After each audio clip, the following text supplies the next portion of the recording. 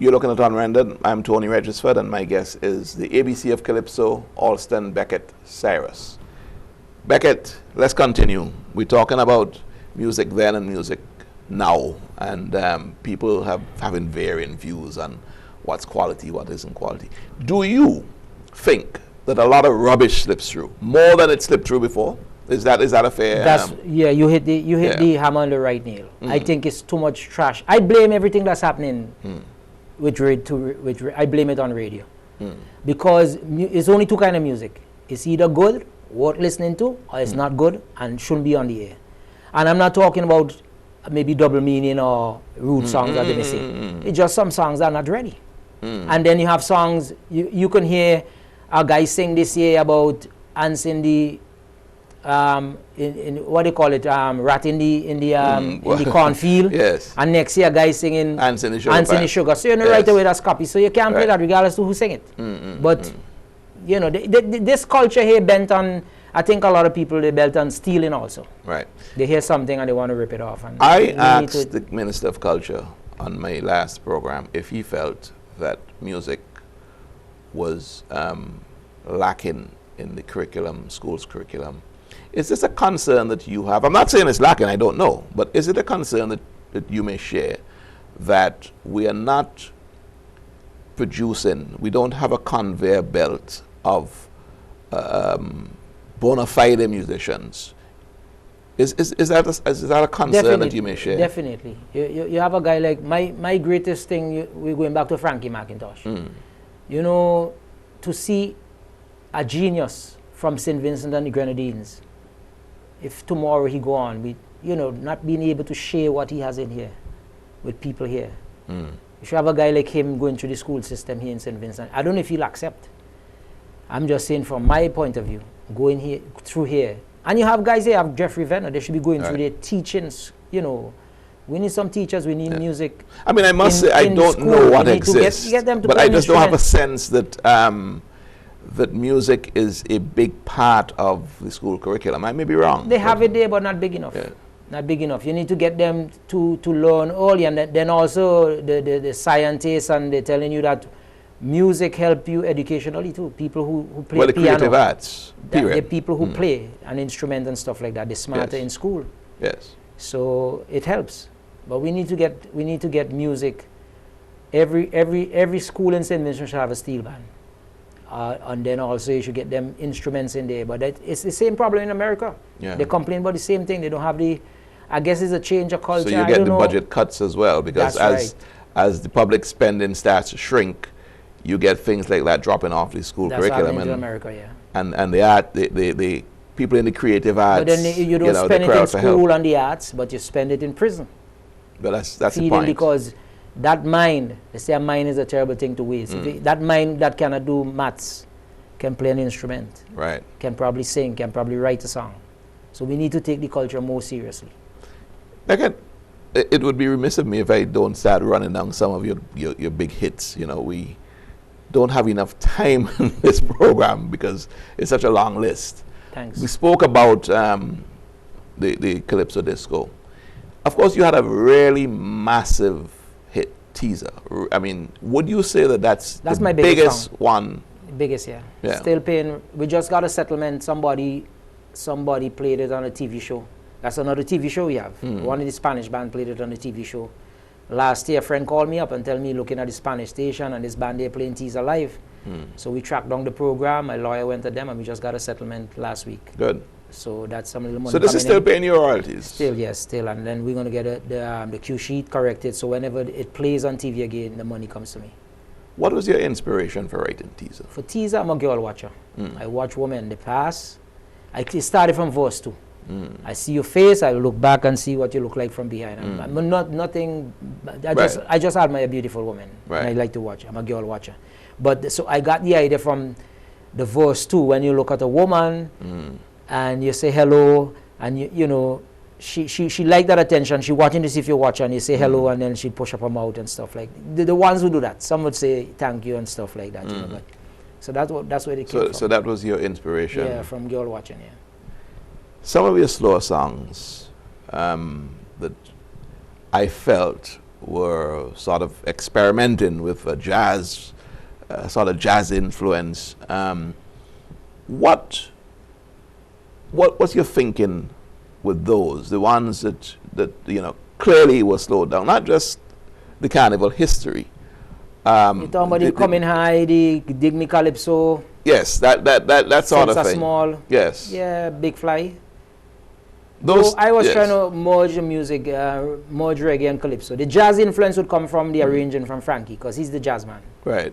So, but I like I said, in Hawaii, I was experimenting to see why the music wasn't going any further. Once I right away picked on the topics, because I was singing certain Sparrow songs and they couldn't relate. So then I started to pick songs that I knew that they would relate to, like Mr. Walker, My Brother, Your Sister by Kitchener. So, and I see, well, they understand that they understand lyrically, songs that they understood lyrically. But I felt that for the music to go forward, it had to be slow, with a groove, with a beat. Okay. And that's one of my thinking. And but then later on, a guy would tell me, because I figure people into music, they on drugs, and when they on drugs, they lay back and they want to hear slow music. Now, a guy in Trinidad tell me I was wrong. He said, when a guy high on cocaine, he want fast songs.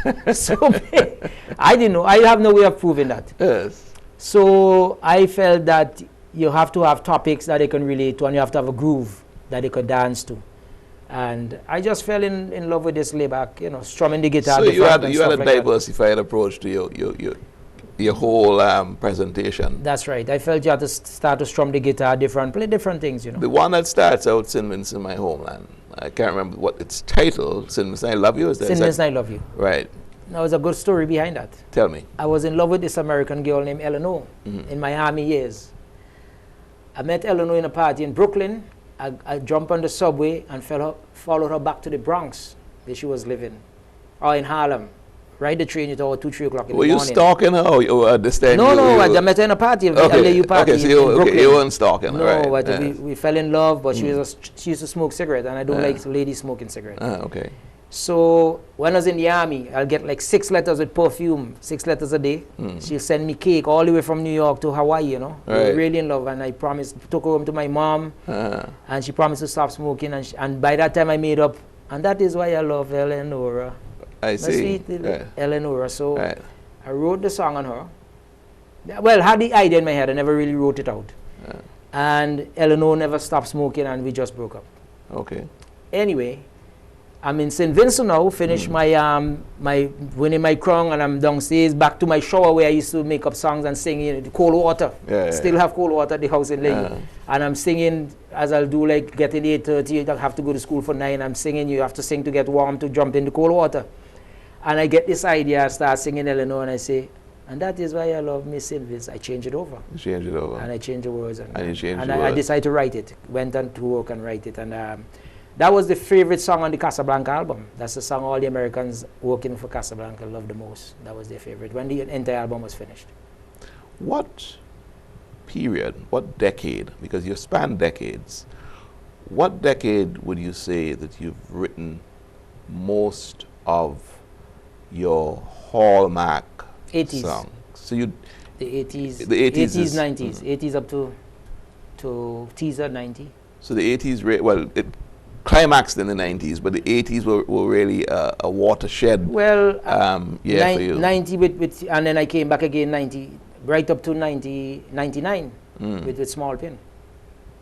So do you feel that you are given the sort of recognition in St. Vincent? I mean, I don't know what your expectations are, but do you think that people have an appreciation for what you've really done, what you yourself feel that you've really done? Do you think the average rank and file person? People feel, I never felt St. Vincent owe me anything.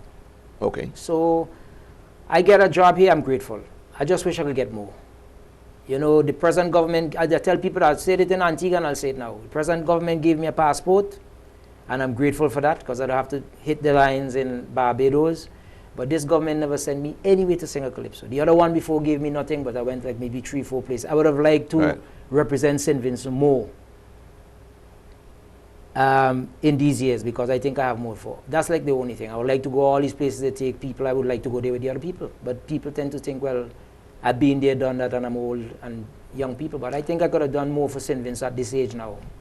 Do you have any political bones in you? No, not into politics at all. I made a decision when I came out of the army, it was going to be Calypso or politics, and it's Calypso straight through.